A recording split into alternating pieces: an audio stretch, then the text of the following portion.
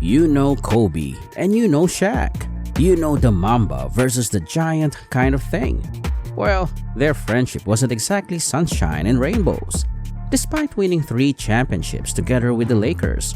Come on, with Shaq's larger-than-life personality, he definitely had a big mouth, but Kobe wasn't one to just sit back and take it. So here's their story.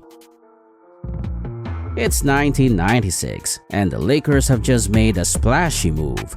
They've signed Shaquille O'Neal, a dominant force who could intimidate even the toughest opponents. And as if that wasn't enough, they've traded for a 17-year-old rookie named Kobe Bryant. Shaq, a towering giant with a sense of humor as big as his game, and Kobe, a brash teenager bursting with confidence and a touch of arrogance.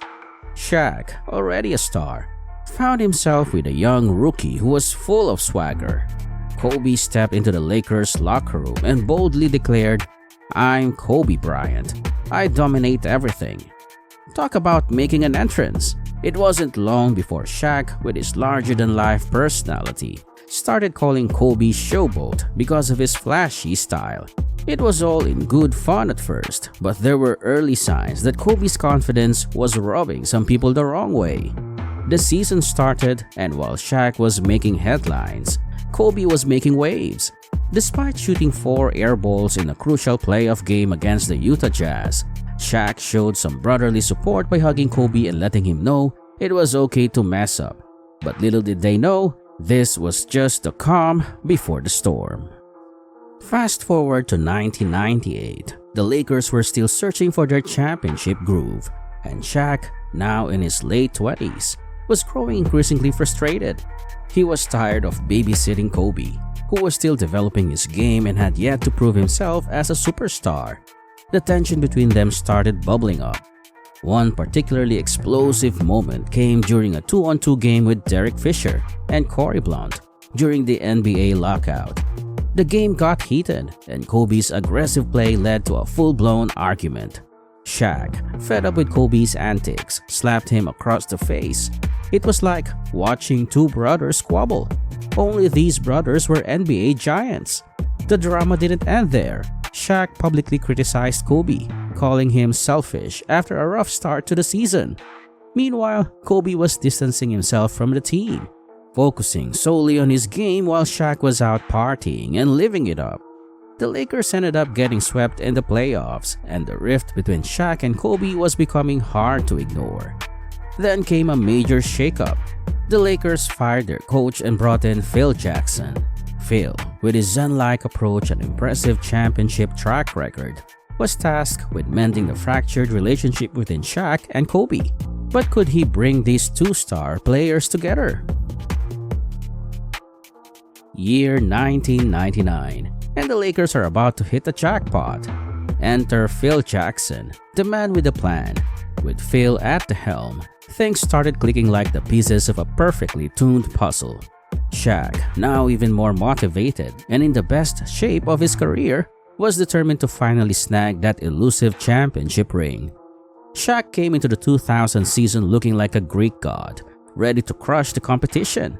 He dominated the court, averaging a jaw-dropping 30 points, 14 rebounds, and 4 assists per game.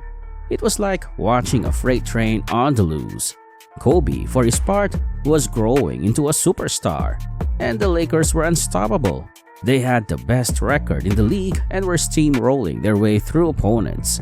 The playoffs were a wild ride. The Lakers faced the Portland Trail Blazers in the Western Conference Finals, and the game was a nail-biter. Trailing by 15 points late in Game 7, the Lakers pulled off a miracle comeback, highlighted by a jaw-dropping alley-oop from Kobe to Shaq.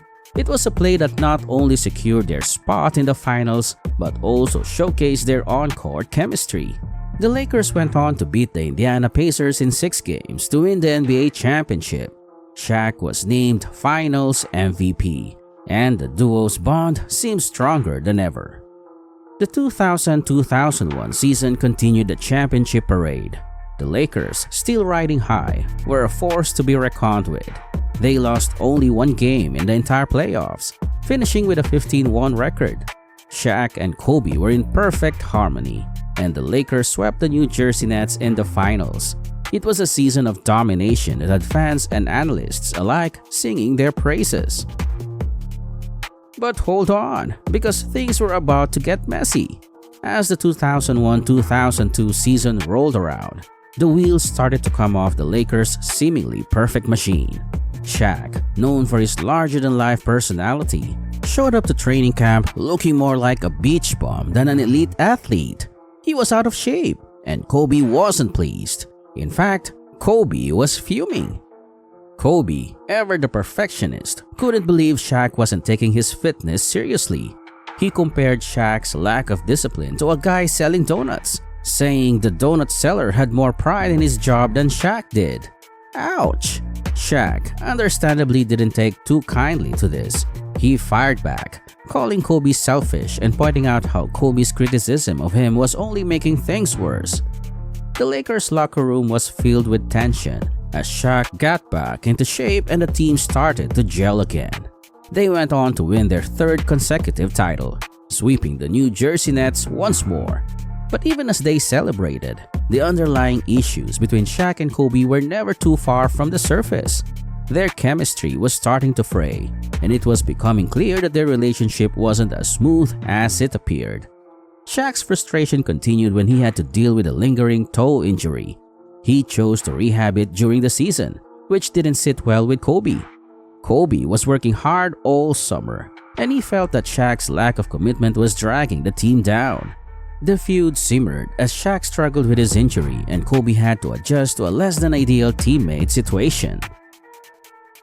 Now is the juicy part of our story, 2003 to 2004, where things get messier than a spilled soda at a Lakers game. The Lakers had a dream team going into the 2003-2004 season, adding Karl Malone and Gary Payton. It was like they were trying to build an NBA Avengers team. But instead of smooth teamwork, things got as awkward as a family dinner with your ex. Shaq and Kobe's feud was like a reality TV show, with more drama than an episode of Keeping Up with the Kardashians. Shaq called Kobe the kid and made it clear he wasn't thrilled with Kobe's constant criticism. Kobe, on the other hand, was throwing shade, saying Shaq wasn't pulling his weight. Their public spats were more intense than a summer barbecue gone wrong.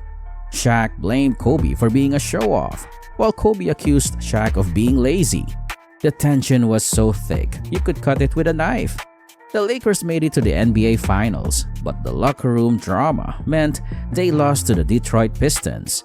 Ouch! The offseason hit hard. Shaq packed his bags and was traded to the Miami Heat. It was like the end of a bad breakup where one side moves out and the other is left to pick up the pieces. The Lakers now had to deal with their fractured superstar duo and the sting of missing out on another championship. Fast forward to life after Shaq. The Lakers were rebuilding, and Shaq was living his best life with the Miami Heat, winning a championship in 2006. Kobe was still with the Lakers, becoming a one-man wrecking crew, and eventually leading the team to back-to-back championships in 2009 and 2010. They were like rival superheroes who finally realized they both had their own cool superpowers. The feud between Shaq and Kobe started to fade as years went by. They slowly began to patch things up, like two old friends who finally decide to get over their differences. Shaq was making fun of himself on TV, and Kobe was out there winning titles and breaking records. The real magic happened in 2009 when Kobe won his fourth NBA title. Shaq, now retired and enjoying his time as a media personality, congratulated Kobe and even praised his achievements. It was like seeing two old pals high-five after years of fighting.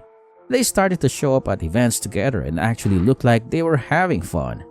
By 2016, when Kobe decided to hang up his sneakers, Shaq was one of the first to give him a shout-out. They even appeared together at the 2016 NBA All-Star Game, sharing laughs and memories. It was like the ultimate "we're cool now" moment. But Shaq and Kobe weren't the only players with beef. Jordan and Pippen had their own legendary feud. And that's a whole different story. If you want to dive into that drama, we've got a separate video just for it. So make sure to leave a like, subscribe, and hit that notification bell. We'll see you in the next video.